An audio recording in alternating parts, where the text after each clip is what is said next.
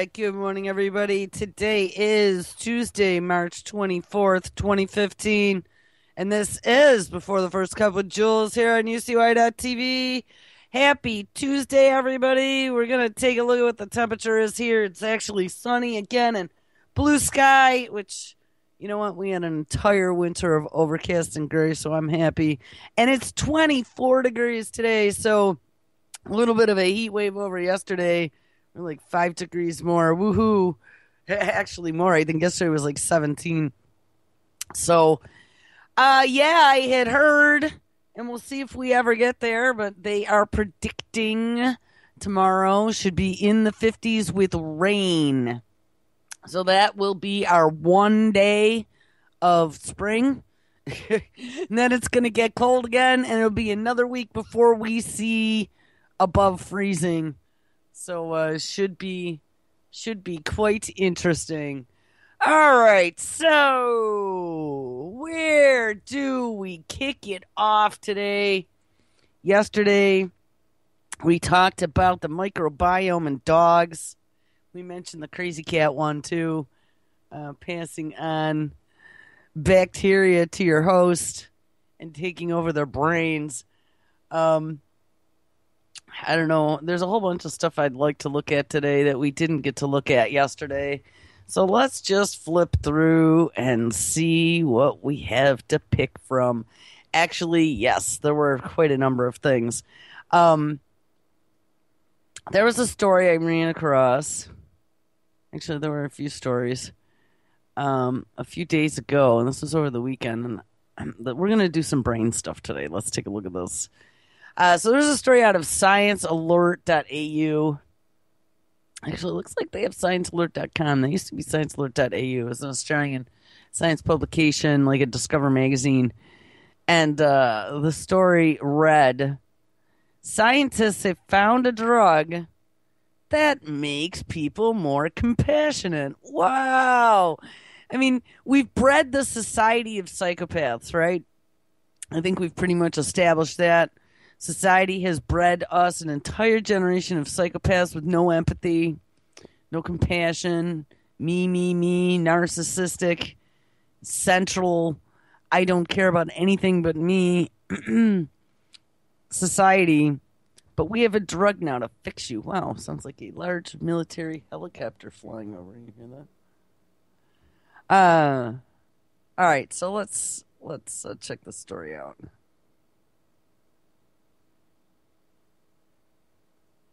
Scientists have found a drug that make people more compassionate. Of course, this is the Brain Project that is helping this right along as we can tell which drugs cause different areas of the brain to light up. Then we'll be able to put it into DSM-5 as another disorder that we can treat you with Big Pharma with. All right, as it turns out, altering people's brain chemistry can stop them from being selfish jerks. Ha ha ha ha ha. You shouldn't be laughing. Altering people's brain chemistry is the part of that sentence that bothers me, not the being selfish jerks part. I can deal with selfish jerks pretty well. Researchers have created a drug that makes people more sensitive to inequality, more likely to share resources, and generally more compassionate. In other words, it makes them kinder. And the potential is already blowing my selfish little brain. The drug called not mine, but this guy's. The drug called Tolcapone, like an Al Capone, called Tolcapone, prolongs the effect of dopamine in the prefrontal cortex of the brain, a region involved in the regulation of complex thought and our emotions. Yeah, and what's really interesting is that the dopamine regulation is also what gets hijacked when they get you sucked into the video games. You know, we are lab rats, people. Have you not realized that yet? That as they're, and especially now, I mean, we've always been, but way more now, as they know the exact chemical effects that different things are going to have on our bodies. So they're manipulating this reward center, right? That's also the addiction center. That's the dangling carrot center, is the dopamine center. And of course, it makes you happy when you've generated dopamine. That's your success chemical. That's the chemical when you've done something great, when you've accomplished a project, you start producing dopamine. Or when you've killed the monsters in your first person shooter video game. So, all right, let's read a little bit more. La, la, la, la. So, the drug called tolcapone prolongs the effects of dopamine in the prefrontal cortex of the brain, a region involved in the regulation of complex thought and our emotions. What a great section of the brain to hijack, by the way.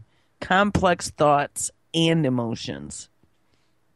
Get rid of both of those, and you have a society that's dumbed down and will do whatever you want without feeling bad about it.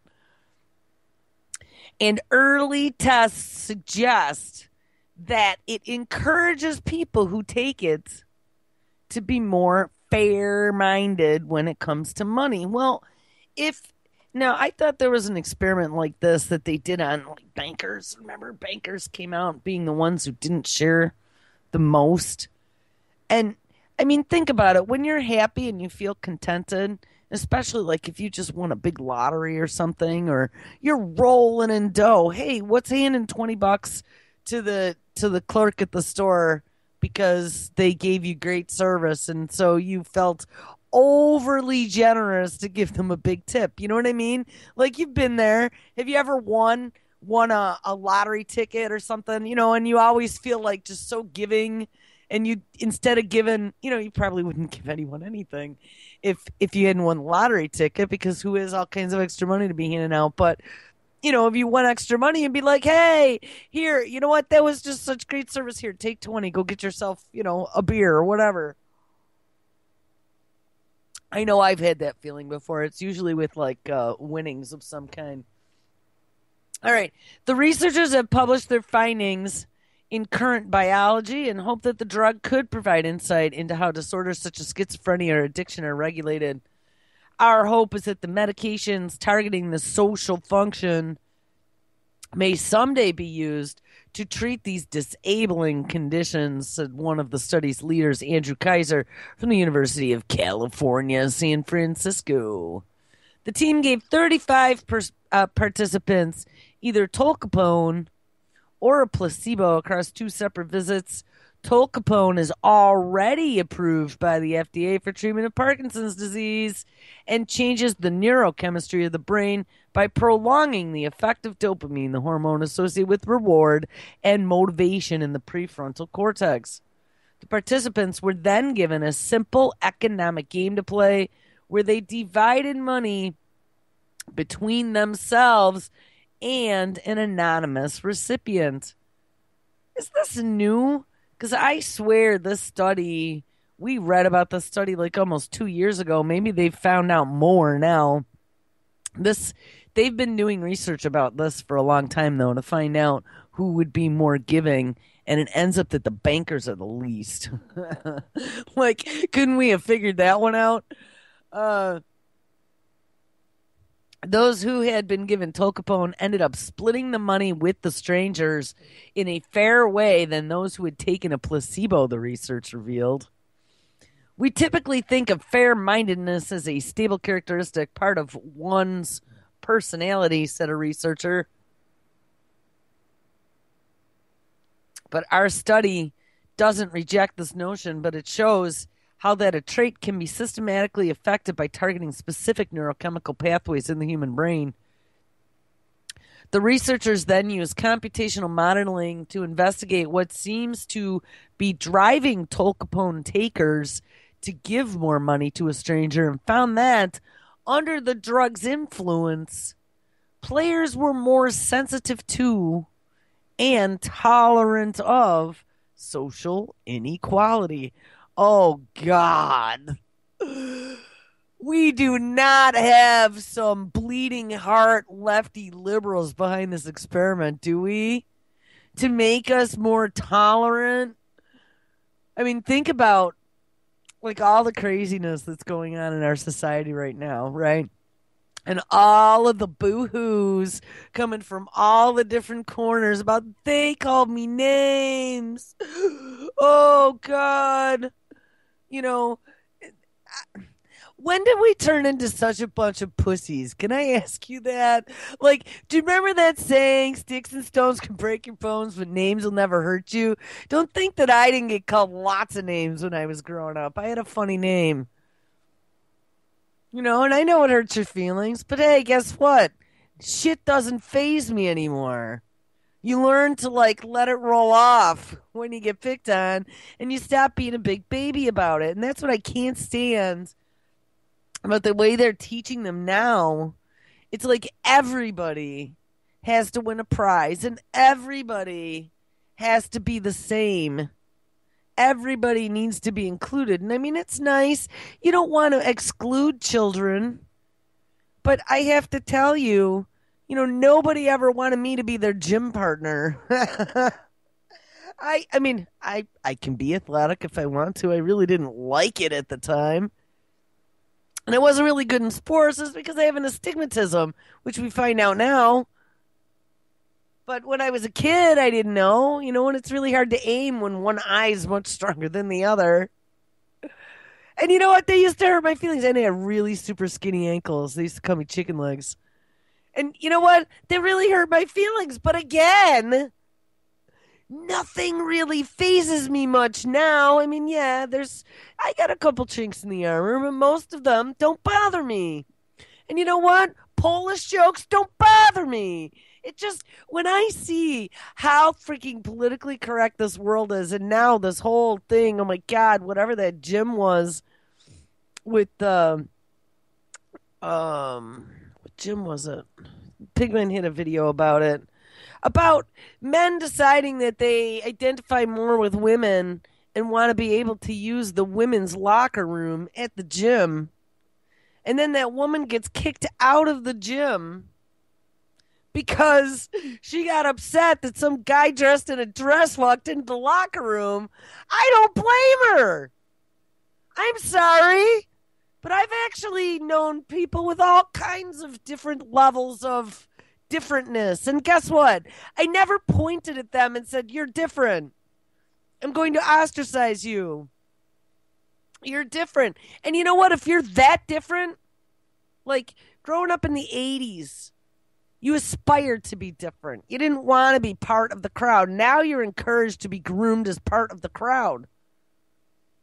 In the 80s, I loved when people looked at me and went, because that meant I got a reaction.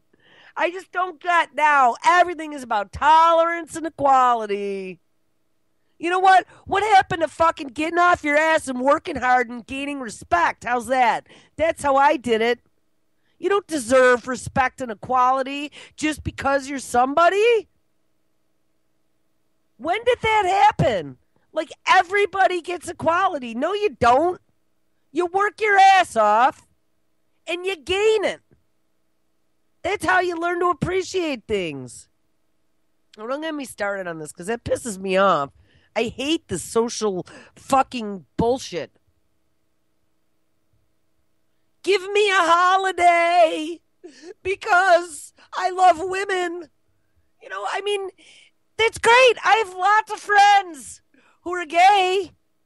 Lots all throughout college and in my professional years. I have lots of friends who ended up being gay, and they're all still my friends. But guess what?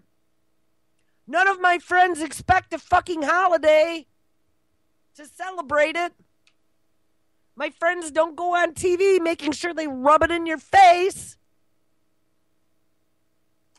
Do what you want to do. I don't have issues with that at all.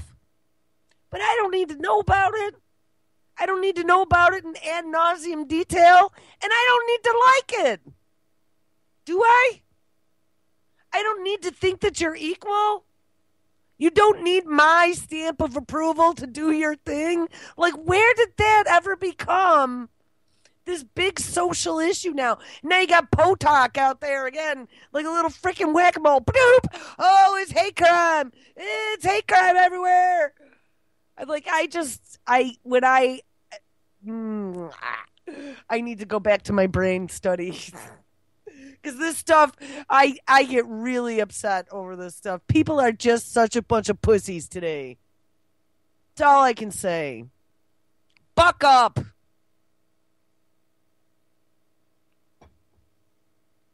Put away your baby blanket. Put away the tissues. I don't know. I got bullied as a kid, and I learned to deal with it. I didn't have a big brother to go freaking stand up for me. So I had to deal with it myself. I don't take no shit. I do take shit sometimes. I try to be nice, guys. You know me. But don't piss me off because there's just one little tiny line. And once that line's crossed, a few times, you guys, I'm sure there's a few of you who have seen me cross that line. But I try. But again, like I said, I don't give a shit, though, if you're different. It doesn't mean that people should be dropping flower petals on you, having a party. Being different is making you an individual.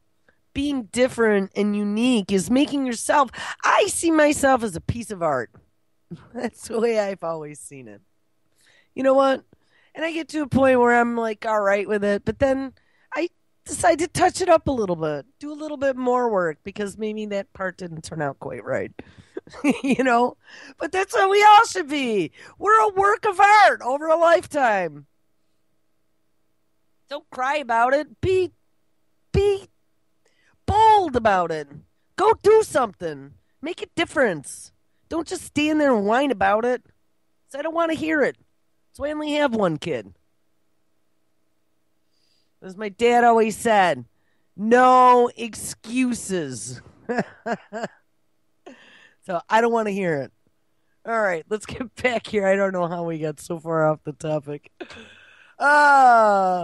Researchers used blah, blah, blah, blah, blah. All right, let's go to the bottom. We've taken an important step toward learning how our aversion to inequity is influenced by our brain chemistry. So they're just going to give us dopamine, and we're all going to kumbaya smile, butt pat each other, French kiss each other, regardless of gender, sex, or sexual orientation, and be one big, happy, homogenized family.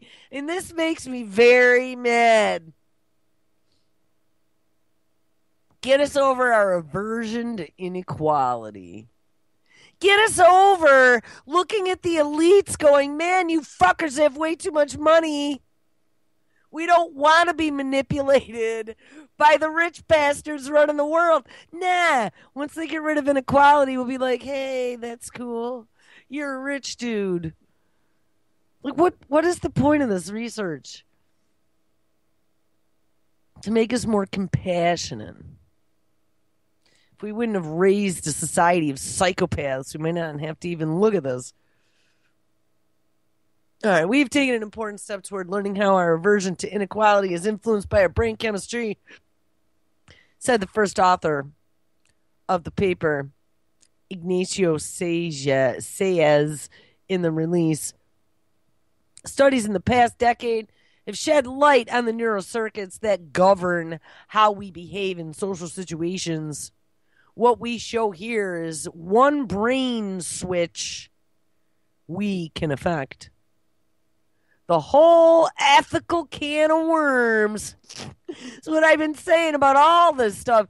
The ethical can of worms, the ethics which humans do not have, generally speaking.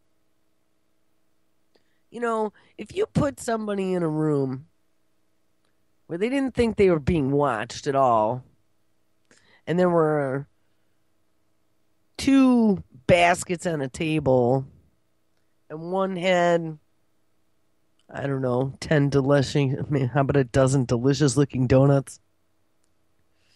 And the other one was empty. and you told the person that was in the room, don't touch those. How many and but you told them that there wasn't any cameras or anything, no one was ever going to see them, they were just in that room. How many people do you think wouldn't touch the donuts? Or if you had, I don't know, a basket of hundreds or something sitting on a table and you told them that there were no cameras, how many people do you think would grab one and slip it in their pocket? I'm not saying everybody, but I will guarantee you that there's a good number of people out there without a base set of ethics that would scam some stuff like that. Now, I can tell you beyond a shadow of a doubt, I wouldn't touch it. I know I wouldn't because I don't need your money and I don't need your fucking donuts. That's exactly why. And I've been like that my whole life. Ask my dad. You can't tell me shit. Don't do shit for me. Get away from me. I want to do it myself. And I've always been that way. It's caused me some major issues. Made my life probably a lot more difficult than it's needed to be. But hey, you know what? It makes you stronger.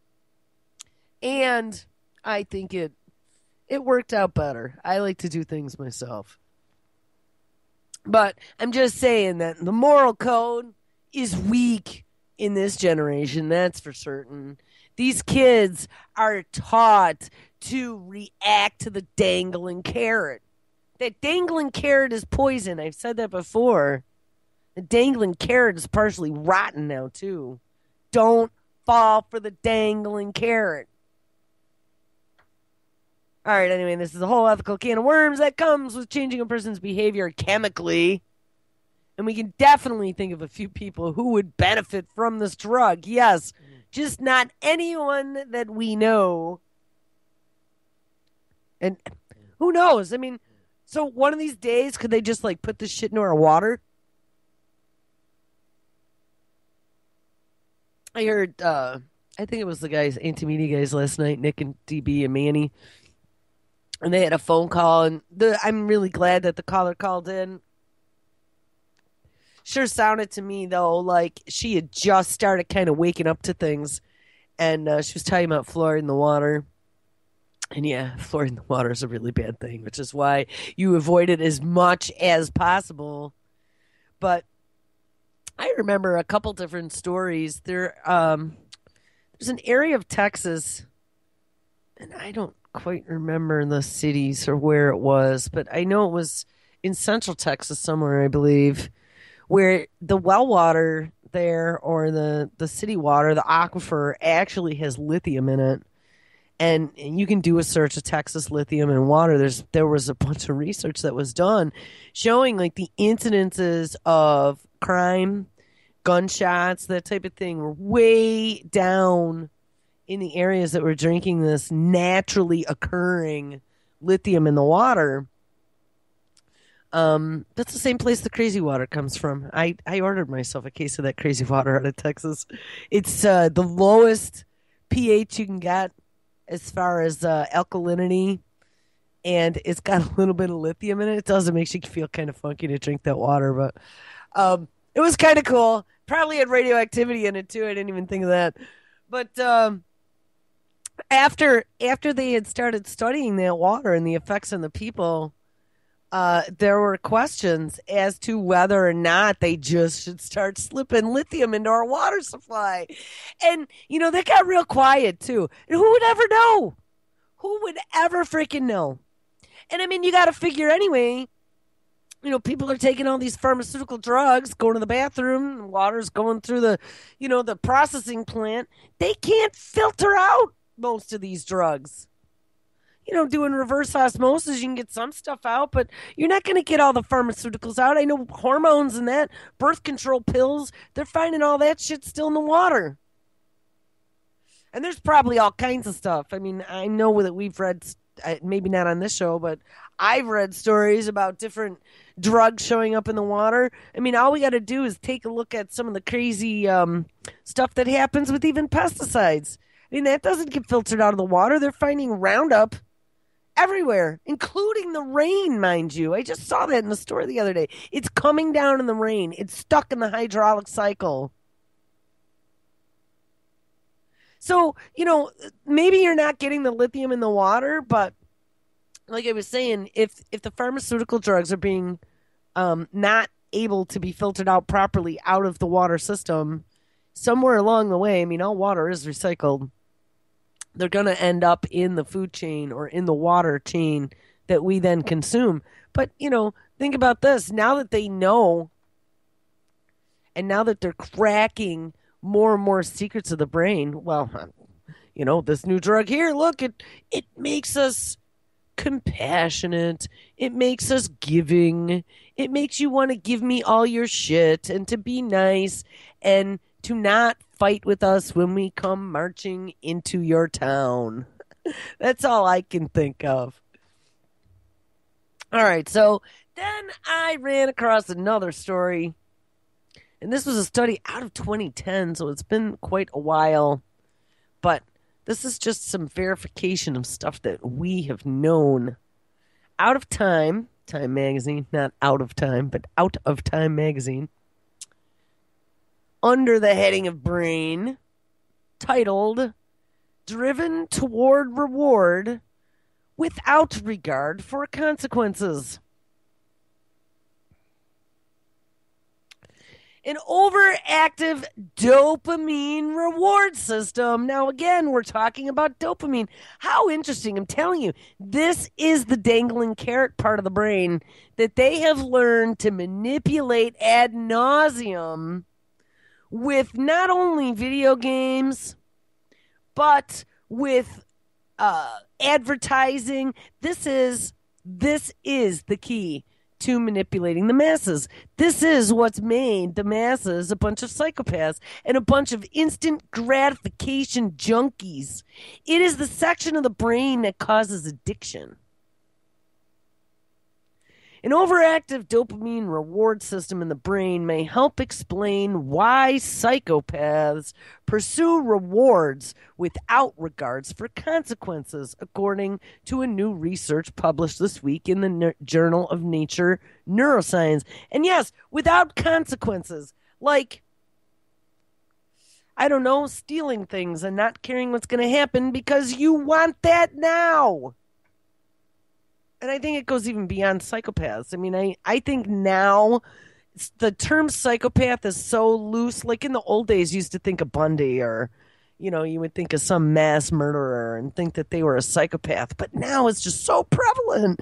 It's like this. I mean, when I first met Dr. Simon and Michael Cross and started listening to their definitions of psychopathy and what it's like to deal with a person with those personality traits, I was like, holy shit, I know people just like that. Holy shit. And I mean, when you really start digging into it, you realize that there's a large majority of our population that all have those same traits, including most of them in charge. All right, previous research has found that individuals who suffer from antisocial personality disorder, often referred to as sociopaths or psychopathology, despite debate over whether or not these are distinct conditions. And I don't know, Dr. Simon has gone over the differences quite a number of times. And I think actually Michael's guest from this last week even did the differences between a sociopath and a psychopath. And it has to do with empathy or the lack thereof. Says, despite the debate of whether or not these are distinct conditions, lack empathy and fear, yes. Yet this new study from researchers at Vanderbilt University examines what these individuals may have in excess. According to the study led by Joshua Buchholz, a graduate student in psychology at Vanderbilt, individuals with antisocial personality disorder traits show signs of dysfunction in dopamine reward systems, suggesting that in psychopaths, the drive toward reward can overwhelm all else. And that's what we've created.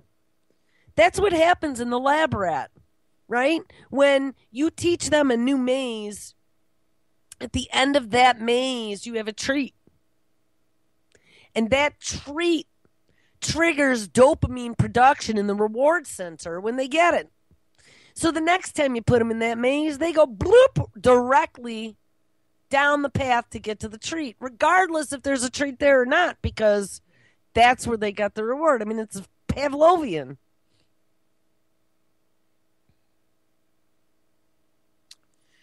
Prior to participating in the two different experiments, study subjects completed personality tests to identify the presence and severity of psychopathic characteristics, including aggression, lack of empathy, and capacity for manipulation. And I'll tell you what, that manipulation is something that happens way more to us than we ever would have imagined. I mean, I see it now. And, I don't know, when I was a kid, I was really good at figuring out how to get what I wanted. And really, I mean, I guess manipulation, you have to think about it this way. I always saw manipulation as a form of intelligence because you can outmaneuver your opponent by, using the Stratego board. You got a goal, and you got to figure out how to get there, and that person's in your way. So, you follow the chain of command first. You find ways to get there, but I don't ever say no. I'm pretty bad like that. That's my thing. If I have a goal, and I got to be motivated, of course, and it's got to be for the right reasons. But if I have a goal, I don't give up if the first try I don't make it. If you can't go through the door, then go around the door. And if you can't go around the door, then go over the door. And if you can't go over the door, then go under the door. And if all else fails, get out an axe and hack the door down. I mean, if it's that important to you, you'll find a way. Don't ever say no. There's never is a never. If it's that important to you, you will find a way to do it. So I'm not going to say, and I don't even think they're saying that manipulation is bad here. It's just at how you manipulate. And here's the base of all that. You need to have ethics as your base. So there's a line you won't cross. And I have those lines. Like I said, I go out of my way to try and do good, not for selfish means. But many people in this society don't have that line. They don't have the filter, and it's all me, me, me, me, me. And so moral judgment is out a window, and I mean, that's what they wanted. You know what? If we had morals, we'd be looking at what they're doing right now and screaming criminal to high heaven. But because we don't have morals basically anymore as a society, you know what? All the crooked backstabbing bullshit that's going on in Washington looks normal. All right, let's continue here. So prior to participating, they did personality tests and identified the severity of psychopathic characteristics, including aggression, empathy, capacity for manipulation, and other things, drawing on previous research that had established a strong link between substance abuse and psychopathy. In the first experiment, researchers gave amounts of amphetamine. Like I told you, this is the addiction center. Cocaine also works on the center in the brain. Wow, what kind of an experiment is this? We're going to give you some amphetamines and stick you into an fMRI, and that's what they did too. But you got to sit still. Don't move your nose. And when you're in an MRI too, you can't move, so I bet this was pretty amusing. Drawing on previous research that has established a strong link between substance abuse and psychopathy, in the first experiment, researchers gave participants amphetamine and then used functional magnetic resonance imaging fMRI brain scans to monitor how dopamine release was affected by the stimulant. In a second experiment, study participants were told that they would be paid, and this is, here we go, the dangling carrot. They will be paid for performing a simple task, and researchers conducted brain scans while they completed the test. That's like your job. The dangling carrot. You do that job because there's a promise at the end of the rainbow that you're going to get the money. I don't know if working ever gave me a fix of dopamine, but I'll tell you what, Friday afternoons when I saw my big fat paycheck, it did. I used to love Fridays. And I think, you know what? I think that that's what it is, as a matter of fact. Who would have thunk it? It is a reward center. When you get your paycheck, even if that money's in hand or not, you haven't bought anything with it or not, but you got that piece of paper with the digits on the end, and you can look at that and you go, yeah, it's Friday. And it makes you feel great. That's what it is. That's pretty awesome. In both experiments, researchers found that participants who had psychopathic characteristics, according to personality tests, were more likely than those without traits to have greater activity in the nucleus accumbens, which is the area of the brain associated with dopamine reward processing, whether in response to a chemical stimulant or to a suggested monetary reward. The findings suggest that individuals with antisocial personality disorder may not be unaware or simply dismissive of the consequences, but instead that their intense reward-seeking motivation consumes their attention wholly until they have fulfilled their desire for reward. So we've made them reward junkies, dopamine junkies. And I'm telling you, video games act on this exact same response system. So are video games turning our kids into psychopaths? Because by exactly what we just read in this article, that's exactly what it's saying.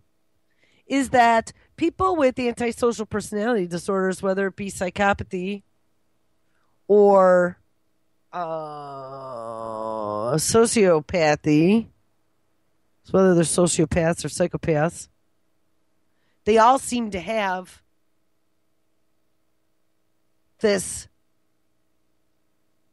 disorder, if you'd even call it that, this addiction to dopamine. And when you play video games, as you're blowing up arms and legs, as you're playing, what's it called? Grand Theft Auto, and you're stealing cars, you're producing dopamine. That's what happens, when you start looking at the whole process of criminal behavior and some of the different dark triad traits and what that produces in the brain. It's the same chemicals, people. We are creating an entire generation with these games of psychopaths. It's kind of a scary thought, isn't it? All right. We are getting low on time, but there was another story. There's another. Well, not all games behave the same, no blood, but if you ever played first-person shooters, which is what the majority of the children like, I mean, even go to Wii. Go on your Wii and play like snowboarding, where you're on the whatever that board is called. I have one of those. The board that goes with the Wii, and you could do like downhill snowboarding. I mean, that's adrenaline and dopamine. People, if you have a friend who's a psychopath, and I do, those people love thrills. Those people like risk taking. Those people go out and do all the crazy stuff that you only wish you could do. And it's all about that dopamine addiction. Yes, lone nanobots are psychopathic. I absolutely agree. All right. Let's get down to, let me see now. There was another story about brain chemicals. Well, on top of all these discoveries now, they come out and announce that MIT, yes, that same MIT, the home of the nanobots and the whatever Atlas robots, MIT researchers have developed a technology to create flexible, biocompatible electrodes for implanting into the brain or spinal column. And this article is titled, Brain-Friendly Electrodes Can Pump Drugs to Neurons. It's not a coincidence now, is it?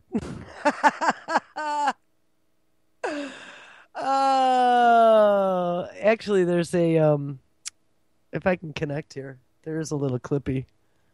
Too much of me talking this morning. I don't know if you can hear, but my allergies, now that spring has mini sprung, I can already feel my nasal passages being reduced in size and width, breath. All right, I hope I don't have anything on this machine. All right, here we go. Yeah, I'm definitely feeling my nasal passages beginning to swell here. I'm sure by tomorrow I'll be dying. If we ever hit 50 degrees, I will believe that one when I see it. All right, hold on one second here. It's connecting. There we go. All right, this one comes with a little video. This is the new fibers to connect the brain to neurons to be able to give them drugs. What is the Matrix? In the fiction world of the Matrix, one could learn fighting techniques or new languages in seconds just by plugging a cord into a brain. Here we go. Humanity is still far off from anything like that, but may have taken a first step into this direction thanks Igor is reporting to a new development of the MIT, a device which allows to grasp the holy grail of science fiction, connecting one's brain to a computer. Everyone's head has a brain in it, and so it seems like it's a very important organ, but it's so complex that we have very little idea of what's actually going on the inside. We are creating a tool that is hopefully will allow us to start scratching the surface of that complexity. So in that sense, it is the holy grail of understanding how we as human beings function via those signals in our brain. This new device looks a lot less sophisticated than what Hollywood has portrayed. In fact, its appearance could hardly be any simpler.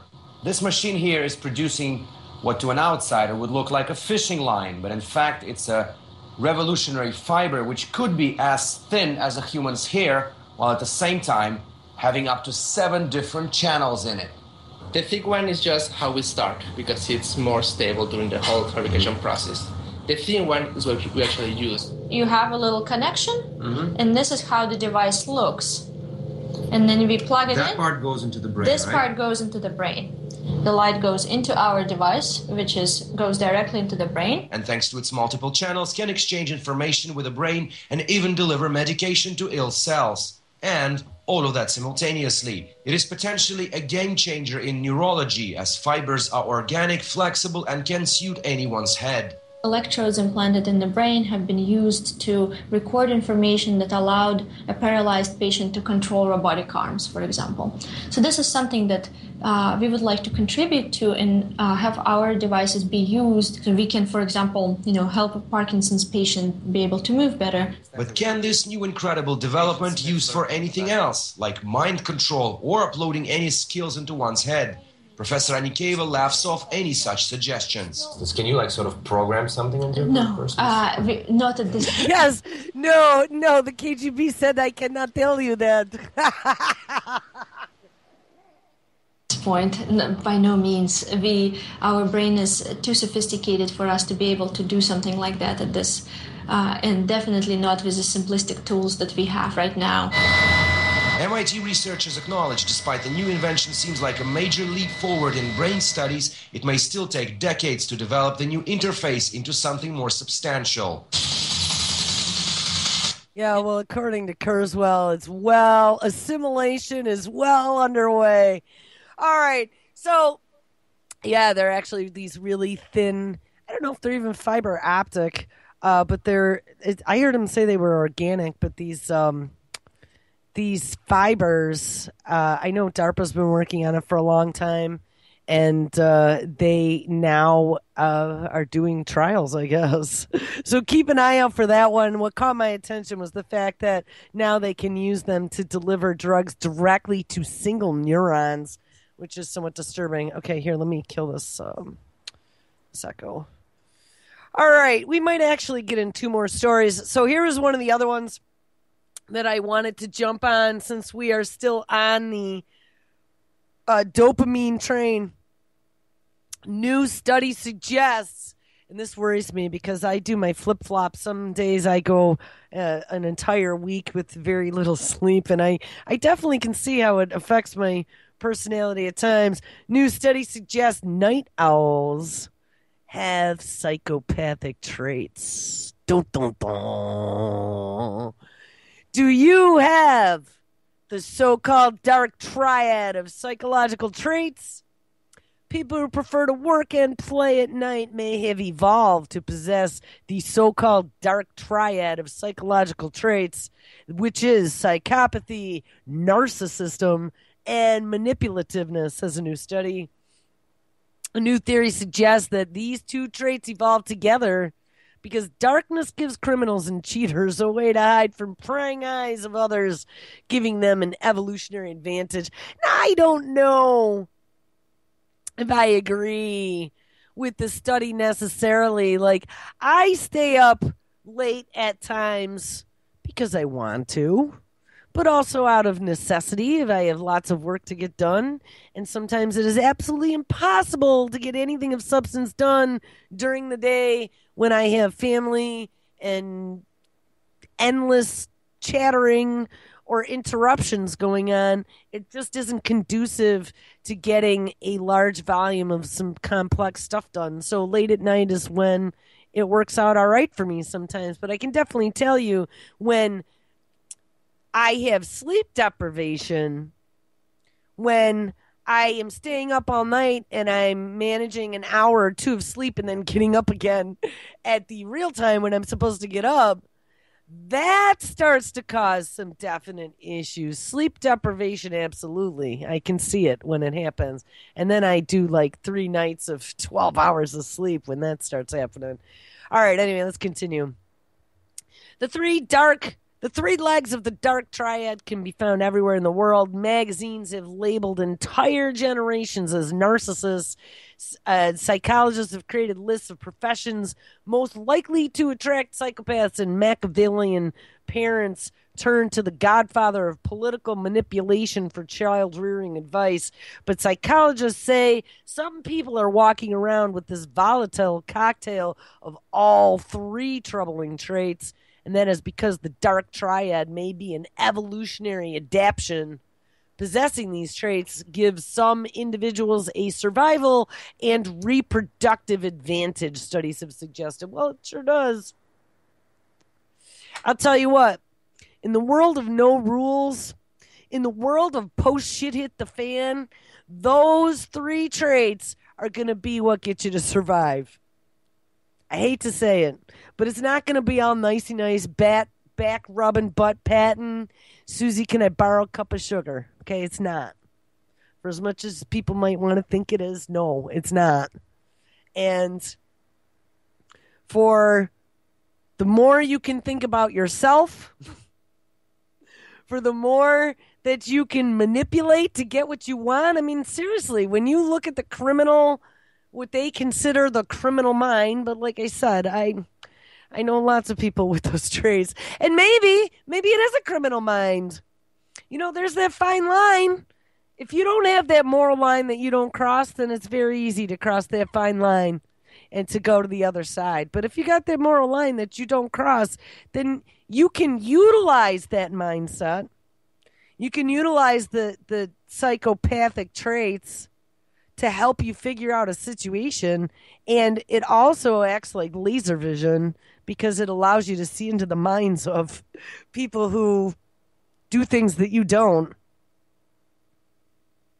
But I don't know. So whether or not this is a good or bad thing, I don't think in a moral society, though, a society where we're trying to get along and follow rules, psychopaths don't work out too well.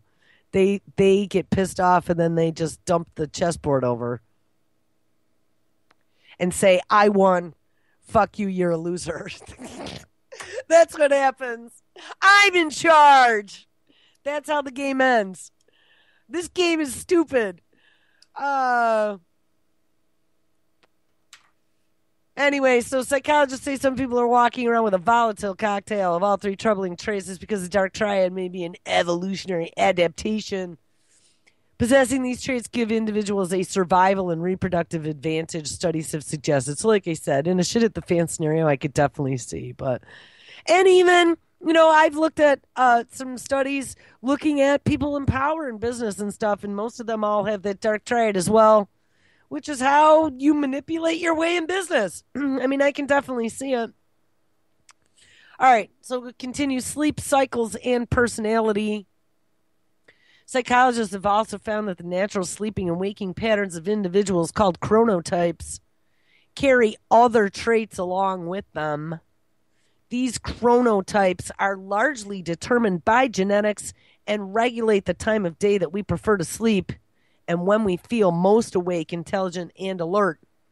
Night owls feel their smartest, most creative, and most productive in the evening or in night hours, much later than early risers. And I've never been an early riser, mind you. And I do. Like after 10 p.m., that's when I start to get real creative. But I'm not a psychopath. I only play one on TV. On the other hand, I don't know. I think I could be if I let myself be, but I don't cross that line. So I'm only a psychopath if you push me to it. So don't push me to it, and I don't go there. On the other hand, night owls can be very extroverted, extremely charming, and even deceptive. They have stronger individualistic tendencies and are less agreeable than their early-to-bed peers.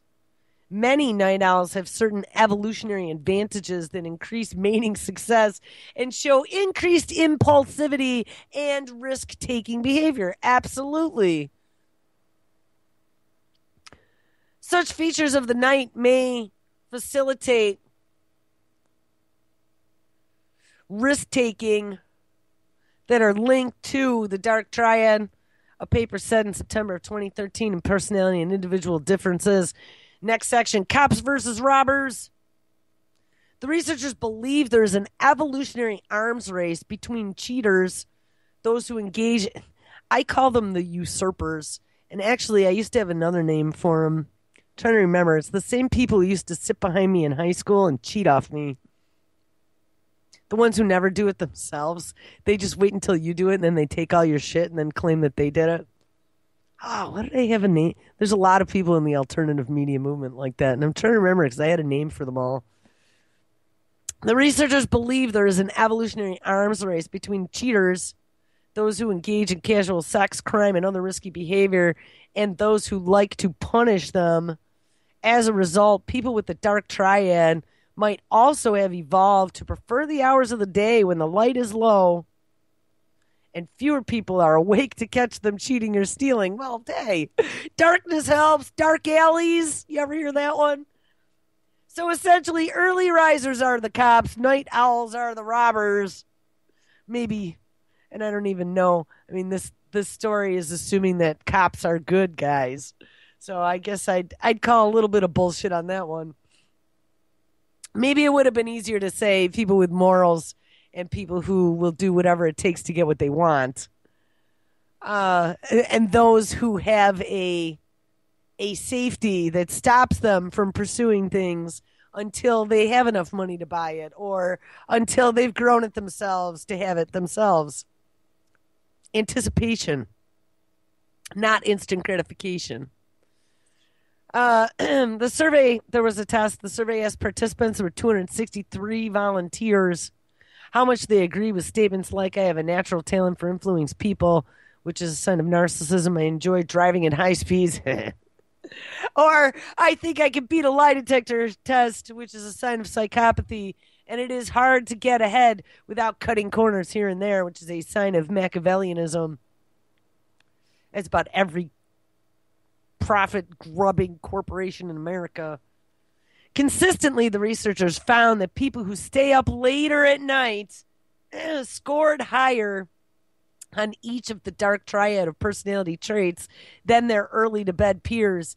The study has one important limitation, the scientists admit. Most of their subjects were college students who stay up later to fit the lifestyle and demands of student life. Still, they concluded the study by saying those high on the dark triad traits, like many other predators, lions, African hunting dogs, and scorpions. I like the way they equate those, are creatures of the night. So, I mean, I don't know. I could see how maybe they can make those associations. I don't know if everyone who stays up late at night is a psychopath, though. I do know some people. I do know how lack of sleep can turn you into a psychopath as well. So whether or not it's the chicken or the egg, who knows? But I just wanted to share that because I thought it was an interesting little story. All right, let's end this up here. Mammoth, step forward. Scientists splice woolly DNA into elephant cells. Yes, Jurassic Park is back, people. You knew it was coming. Scientists at Harvard University, oh God, MIT and Harvard, the pit of the demons, are one step closer to bringing woolly mammoths back to life after successfully inserting some sequences of the mammoth DNA into the elephant genome. This study is yet to be published, though, as there is still work to do. No recreation of the Ice Age would be complete without a large, shaggy, woolly mammoth stumping around on the frozen tundra. This is what George Church, a professor of genetics at Harvard University, and his team ultimately hoped to achieve once more. Oh, this is disturbing. The woolly mammoth was one of the last of the line of the species that emerged from the early Pliocene age some 2.5 million years ago and almost completely died 10,000 years ago. Some mammals, however, have continued to survive on Wangi Island in the Arctic Ocean between the Chukchi Sea and the East Siberian Sea until about 3,300 years ago. These were the specimens which researchers are using for their DNA analysis. All right, guys, well, we got about 30 seconds left. So, yes, they're going to bring back the woolly mammoth. I want to talk tomorrow. Ebola has made a full-out resurgence now in Sierra Leone, and so has a more dangerous bird flu. Line them right up because vaccines are coming, people. That's what it's all about. Well, get excited because it's Tuesday. Tuesday's always a fun night. Mr. Kevin Blanche should be up next. And then at 6 p.m., we have Mr. Chuck Ocelli live. This is a new tune, by the way. Mr. JJ Inc. Free call at 8. Private time with Michael and Nick. Pepper Chicks After Dark and Media.